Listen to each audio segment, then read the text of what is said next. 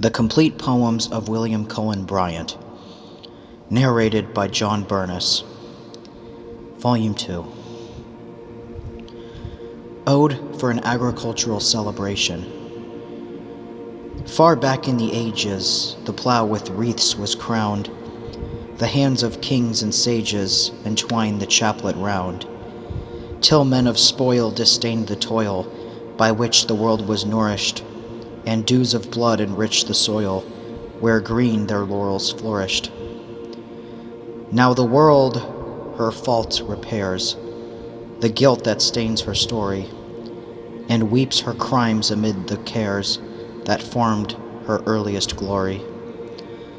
The proud throne shall crumble, the disdain shall wane, the tribes of earth shall humble the pride of those who reign. And war shall lay his pomp away, the fame that heroes cherish.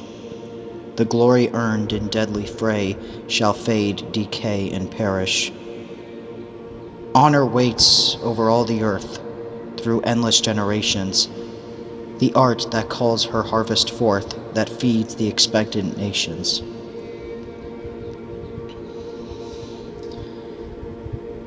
Rizpah. Hear what the desolate Rizpah said, as on Gibeah's rocks she watched the dead. The sons of Michal before her lay, and her own fair children dearer than they.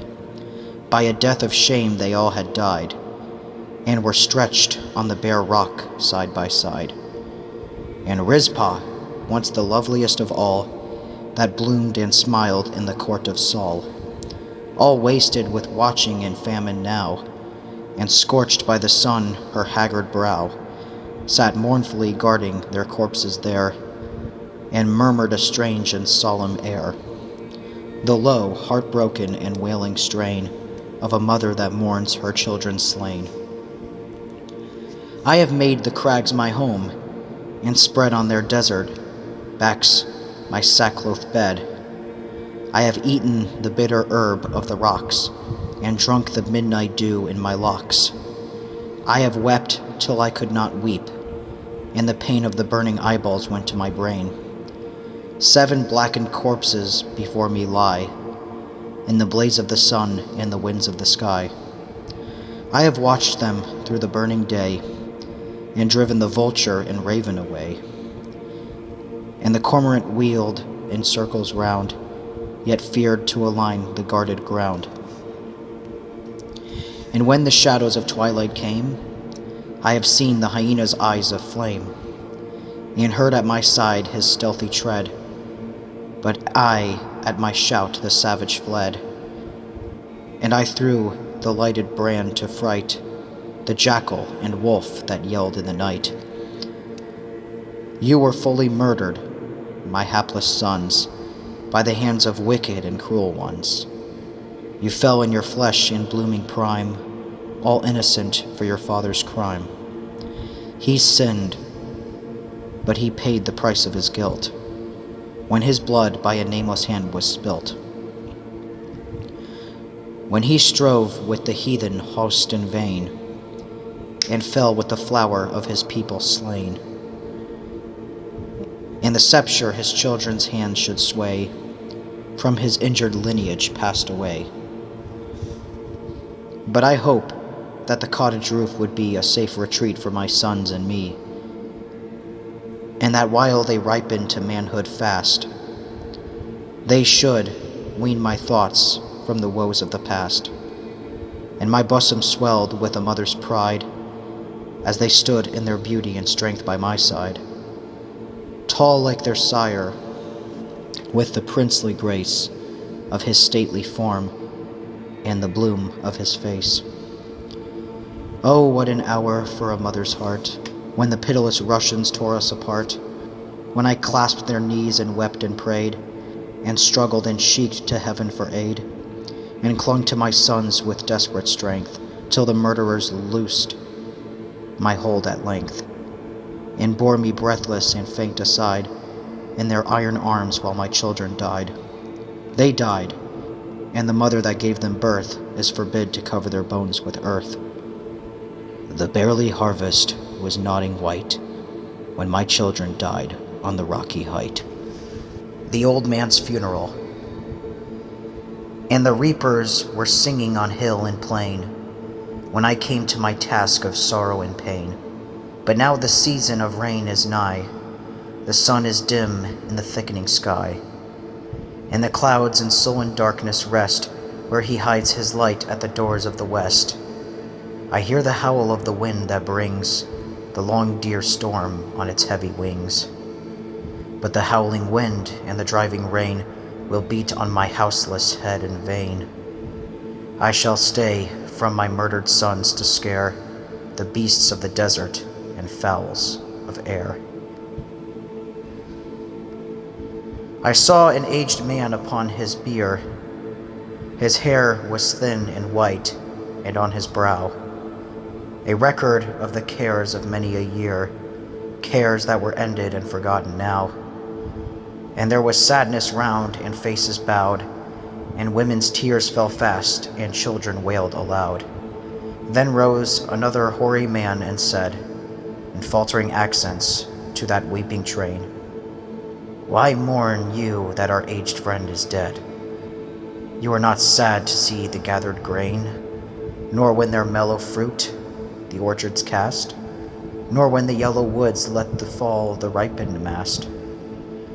You sigh not when the sun, his course fulfilled, his glorious course rejoiced earth and sky, and the soft evening when the winds are stilled, sinks where his islands of refreshment lie, and leaves the smile of his departure spread over the warm-colored heaven and ruddy mountain head.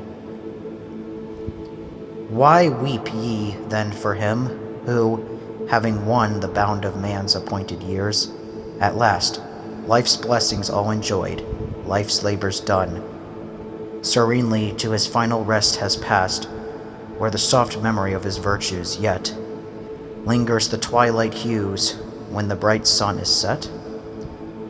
His youth was innocent, his riper age marked with some act of goodness every day, and watched by eyes that loved him calm and sage, faded his late declining years away.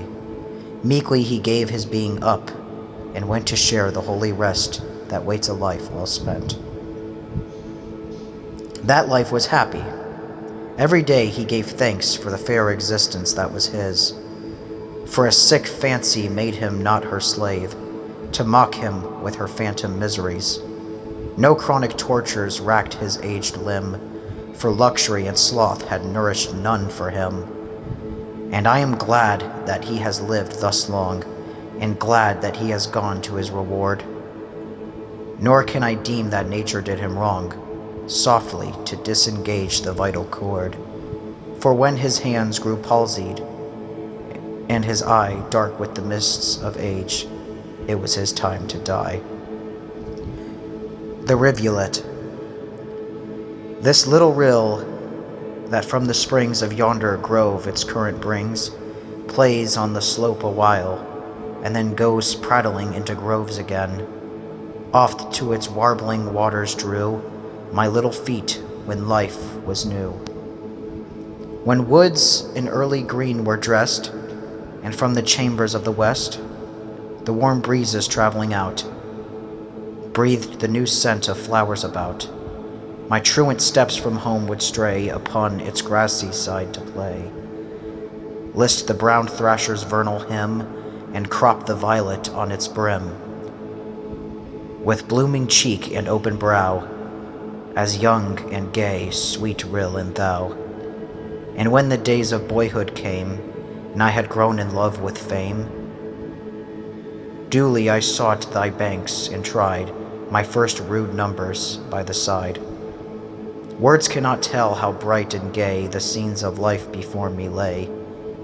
Then glorious hopes that now to speak would bring the blood into my cheek passed over me, and I wrote on high a name I deemed I should never die. Years change thee not upon you, hill, the tall old maples verdant still, yet tell in grandeur of decay how swift the years have passed away. Since first a child and half afraid, I wandered in the forest shade, thou ever-joyous rivulet, dost dimple, leap, and prattle yet, and sporting with the sands that pave the windings of thy silver wave, and dancing on thy own wild chime, thou laughest at the lapse of time. The same sweet sounds are in my ear, my early childhood loved to hear, as pure thy limpid waters run, as bright they sparkle to the sun. As fresh and thick the bending ranks of herbs that line thy oozy banks, the violet there, in soft May dew, comes up as modest and as blue. As green amid thy current stress floats the scarce-rooted watercress, and the brown ground bird, and thy glen still chirps as merrily as then. Thou changest not, but I am changed, since first thy pleasant banks I ranged, and the grave stranger come to see the play-place of his infancy, his scarce a single trace of him who sported once upon thy brim. The visions of my youth are past, too bright, too beautiful to last. I've tried the world, it wears no more the coloring of romance it wore. Yet well has nature kept the truth she promised in my earliest youth, the radiant beauty shed abroad on all the glorious works of God, shows freshly to my sobered eye each charm it wore in days gone by.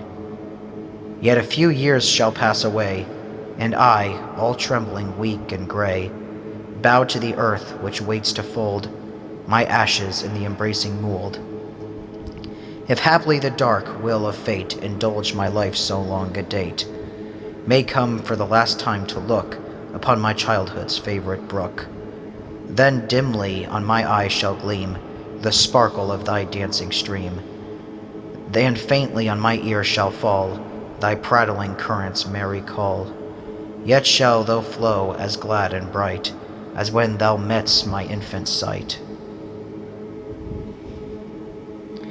And I shall sleep, and on thy side, as ages after ages glide, children their early sports shall try, and pass to hoary age and die.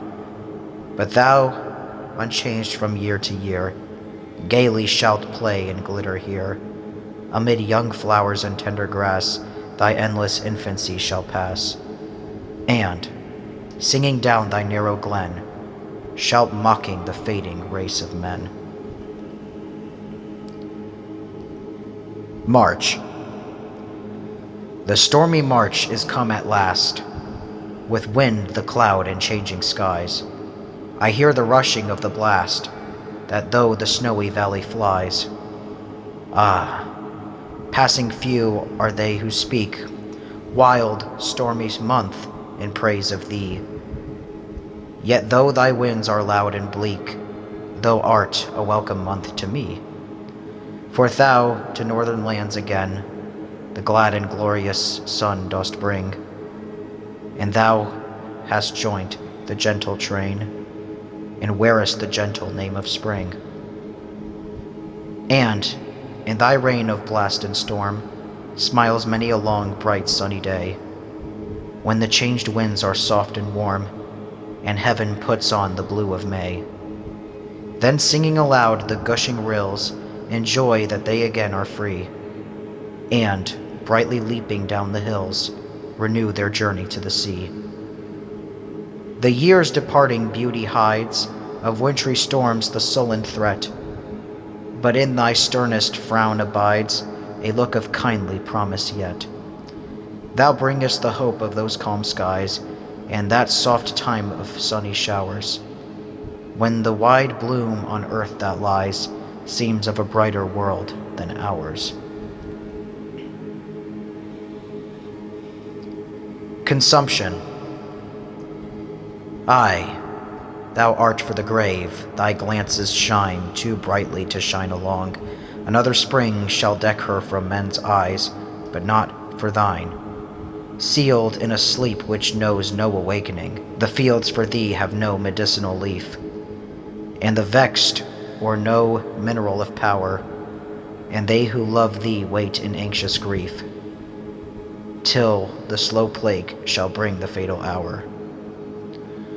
Glide softly to thy rest then, death should come. Gently to one of gentle mould like thee, as light winds wandering through grooves of bloom.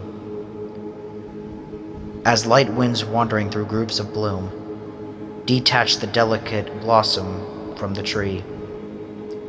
Close thy sweet eyes calmly and without pain, and we will trust in God to see thee yet again.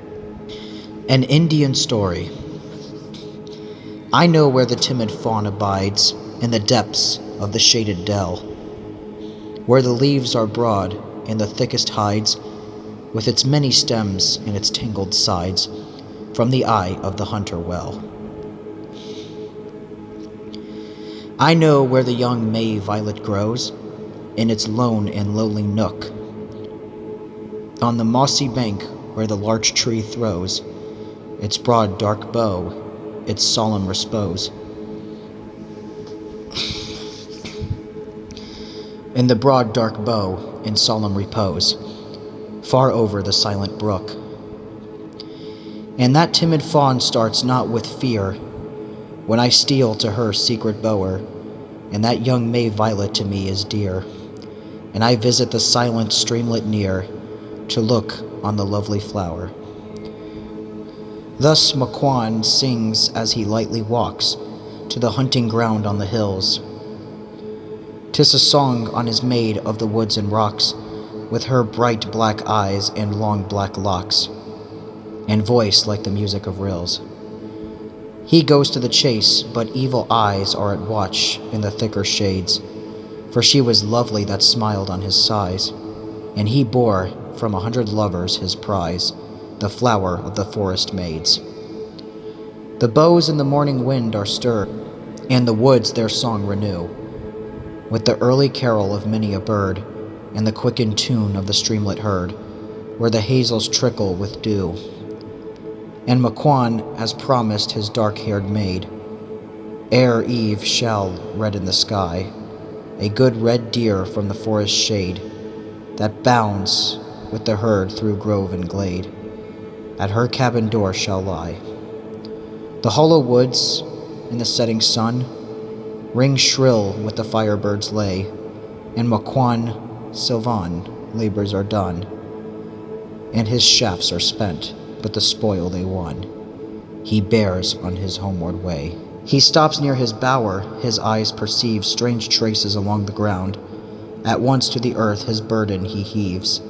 He breaks through the veil of boughs and leaves, and gains its door with a bound. But the vines are torn on its walls that lent, and all from the young shrubs there, by struggling hands, have the leaves been rent, and there hangs on the sassafras broken and bent, one tress of the well-known hair. But where is she who, at this calm hour, ever watched his coming to see? She is not at the door, nor yet in the bower. He calls, but he only hears on the flower the hum of the laden bee.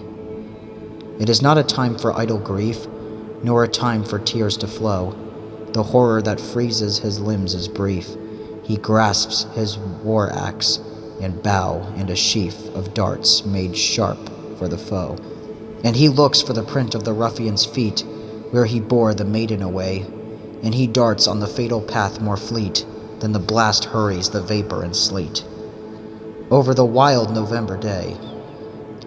'Twas early summer when Makwan bride was stolen away from his door, but at length the maples his crimson are dyed, and the grape is black on the cabin side, and she smiles at his hearth once more, but far in the pine grove dark and cold, where the yellow leaf falls not, nor the autumn shines in scarlet and gold. There lies a hillock of fresh dark mold in the deepest gloom of the spot, and the Indian girls that pass that way point out the ravisher's grave, And how soon to the bower she loved, they say, returned the maid that was borne away from Makwan the fond and brave. Summer wind. It is a sultry day. The sun has drunk the dew that lay upon the morning grass. There is no rustling in the lofty elm. The canopy is my dwelling in its shade. Scarce cools me. All is silent, save the faint and interrupted murmur of the bee, settling on the sick flowers and then again, instantly, on the wing. The plants around feel the too potent fervors. The tall maize rolls up its long green leaves. The clover droops its tender foliage and declines its blooms.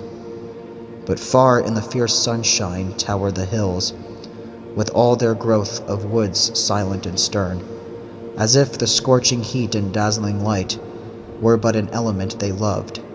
Bright clouds, motionless pillars of the brazen heaven, their bases on the mountains, their white tops shining in the far ether. Fire the air with a reflected radiance, and make turn the gazer's eye away. For me, I lie languidly in the shade, where the thick turf, yet virgin from the kisses of the sun, retains some freshness, and I woo the wind that still delays his coming. Why so slow? Gentle and voluble spirit of the air? Oh, come and breathe upon the fainting earth coolness and life. It is that, in his caves, he hears me? See on yonder woody ridge. The pine is bending his proud top, and now among the nearer groves, chestnut and oak are tossing their green boughs about. He comes, lo, where the grassy meadow runs in waves. The deep, distressful silence of the scene breaks up with mingling of unnumbered sounds and universal motion. He is come, shaking a shower of blossoms from the shrubs, and bearing on their fragrance, and he brings music of birds and rustling of young boughs, and sound of swaying branches and the voice of distant waterfalls. And the green herbs are stirring in his breath. 1,000 flowers by the roadside and the borders of the brook nod gaily to each other. Glossy leaves are twinkling in the sun, as if the dew were on them yet, and silver waters break into small waves and sparkle as he comes. An Indian at the burial place of his fathers. It is the spot I came to seek, my father's ancient burial place, ere from these vales, ashamed and weak, withdrew our wasted race. It is the spot, I know it well, of which our old traditions tell. From here, the unplanned bank sends out a ridge toward the rivered side.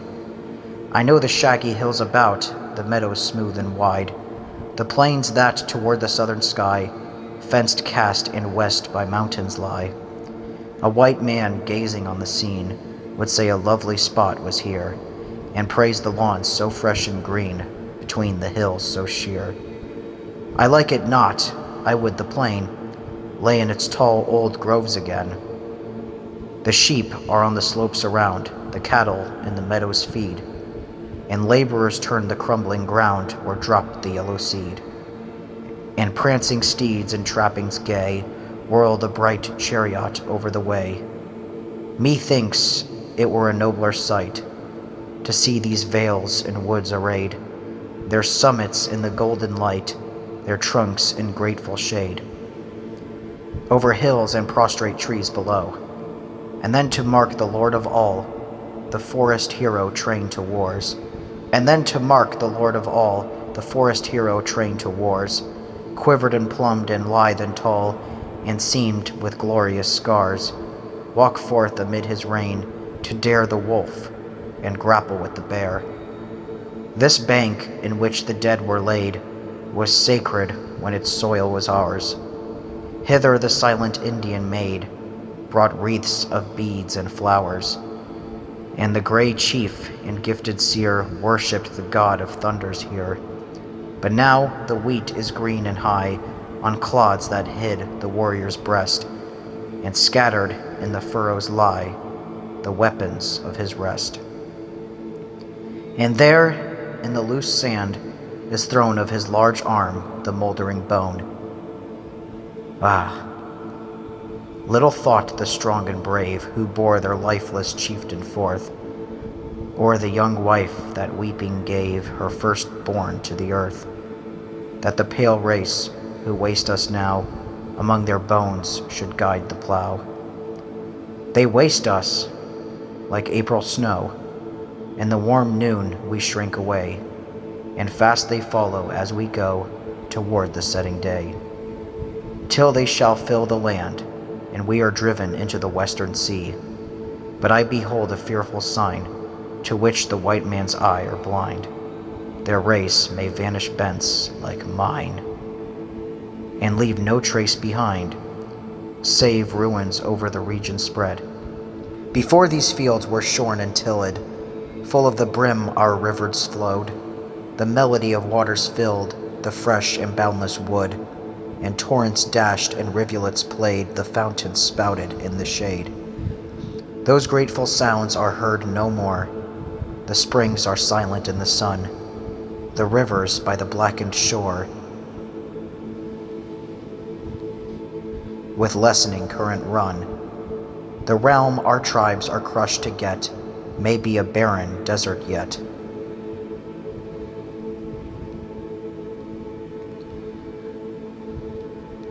Song.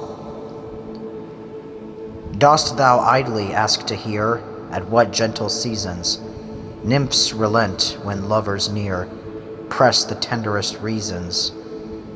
Ah, they give their fate too oft to the careless wooer.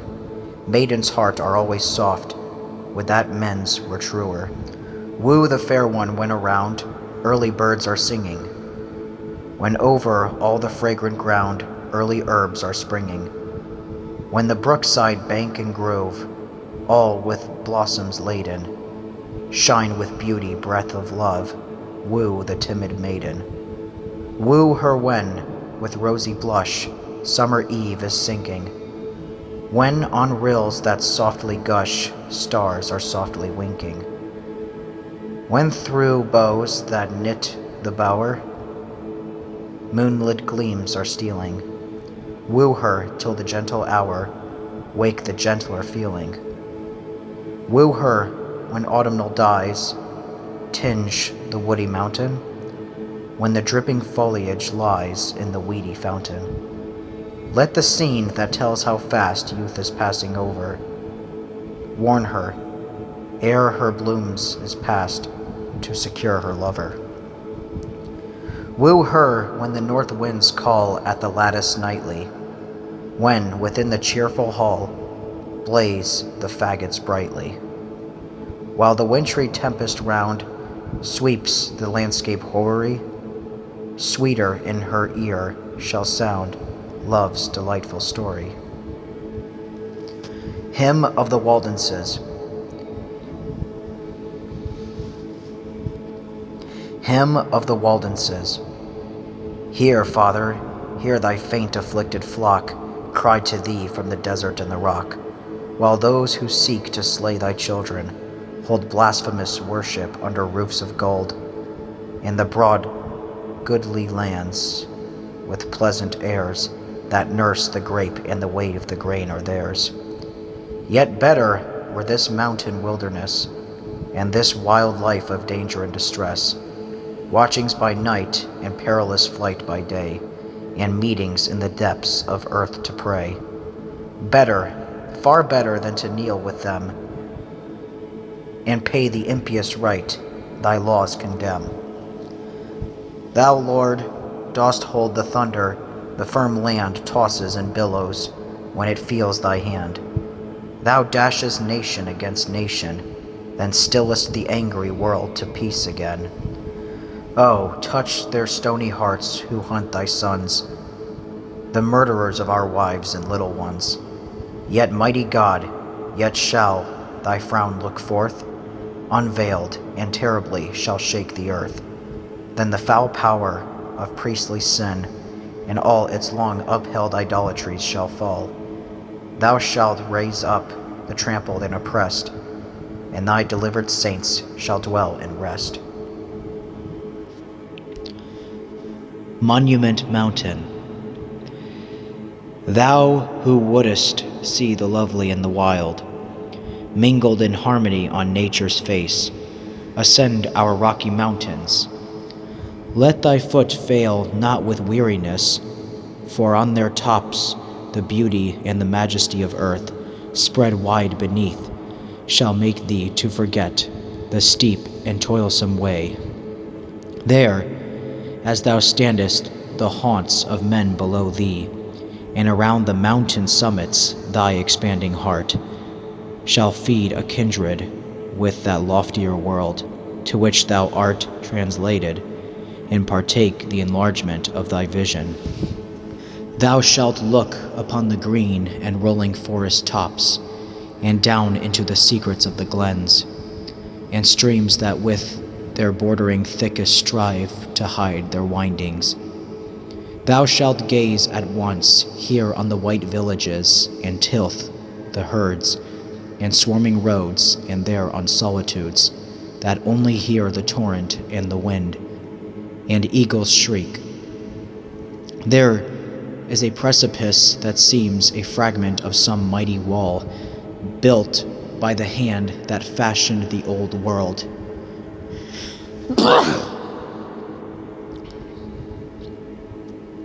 To separate its nations, and thrown down, when the flood drowned them to the north, a path conducts you up the narrow battlement. Steep is the western side, shaggy and wild, with mossy trees and pinnacles of flint, and many a hanging crag. But to the east, sheer to the vale go down the bare old cliffs, huge pillars that in middle heaven upbear their weather-beaten capitals, here dark with moss, the growth of centuries, and there of chalky whiteness, and the thunderbolt has splintered them. It is a fearful thing to stand upon the beetling verge, and see where storm and lightning from the huge gray wall have tumbled down vast blocks, and at the base dashed them in fragments, and to lay thine ear over the dizzy depth, and hear the sound of winds that struggle with the woods below, come up like ocean murmurs. But the scene is lovely round, a beautiful river there wanders amid the fresh and fertile meads, the paradise he made unto himself, the mining the soil for ages. On each side the fields swell upward to the hills. Beyond, above the hills, in the blue distance rise the mountain columns with which earth props heaven. There is a tale about these reverend rocks, a sad tradition of unhappy love, and sorrows born and ended long ago, when over these fair vales the savage thought. When over these fair vales the savage sought his game in the thick woods, there was a maid, the fairest of the Indian maids, bright-eyed, with wealth of raven tresses. There is a tale about these reverend rocks, a sad tradition of unhappy love, and sorrows born and ended long ago, when over these fair vales the savage sought his game in the thick woods. There was a maid, the fairest of the Indian maids, bright-eyed, with wealth of raven tresses, a light form and a gay heart. About her cabin door the wide old woods resounded with her song and fairy laughter all the summer day. She loved her cousin. Such a love was deemed by the morality of those stern tribes incestuous, and she struggled hard and long against her love and reasoned with her heart, as simple Indian maiden might. In vain. Then her eyes lost its luster, and her step its lightness, and the gray-haired men that passed her dwelling wondered that they heard no more the accustomed song and laugh of her, whose looks were like the cheerful smile of spring. They said, upon the winter of their age, she went to weep where no eye saw, and was not found where all the merry girls were met to dance. And all the hunters of the tribe were out, nor when they gathered from the rustling husk. the shining ear, nor when by the river's side. They pulled the grape and startled the wild shades with sounds of mirth. The keen-eyed Indian dames would whisper to each other as they saw her wasting form and say, "The girl will die." One day into the bosom of a friend, a playmate of her young and innocent years, she poured her griefs. "Thou knowest, and thou alone," she said, "for I have told thee all my love and guilt and sorrow. I am sick of life, all night I weep in darkness, and the morn glares on me as upon a thing accursed that has no business on the earth. I hate the pastimes and the pleasant toils that once I loved. The cheerful voices of my friends sound in my ear like mockings. And at night in dreams, my mother from the land of souls calls me and chides me. All that look on me do seem to know my shame. I cannot bear their eyes. I cannot from my heart root out the love that wrings it so, and I must die." It was a summer morning, and they went to this old precipice. About the cliffs lay garlands, ears of maids, and shaggy skins of wolf and bear, the offerings of the tribe here made to the Great Spirit, for they deemed, like worshippers of the elder time, that God does walk on the high places and affect the earth overlooking mountains. She had on the ornaments with which her father loved to deck the beauty of his bright-eyed girl, and bade her wear when stranger warriors came to be his guests. Here the friends sat them down and sang all day old songs of love and death, and docked the poor wan victim's hair with flowers, and prayed that safe and swift might be her way to the calm world of sunshine where no grief makes the heart heavy and the eyelids red.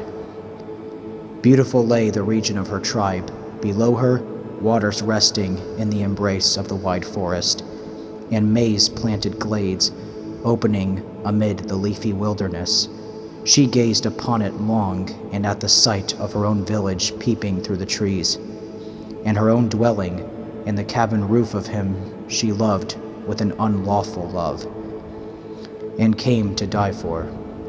A warm gush of tears ran from her eyes, but when the sun grew low and the hill shadows long, she threw herself from the step rock and perished.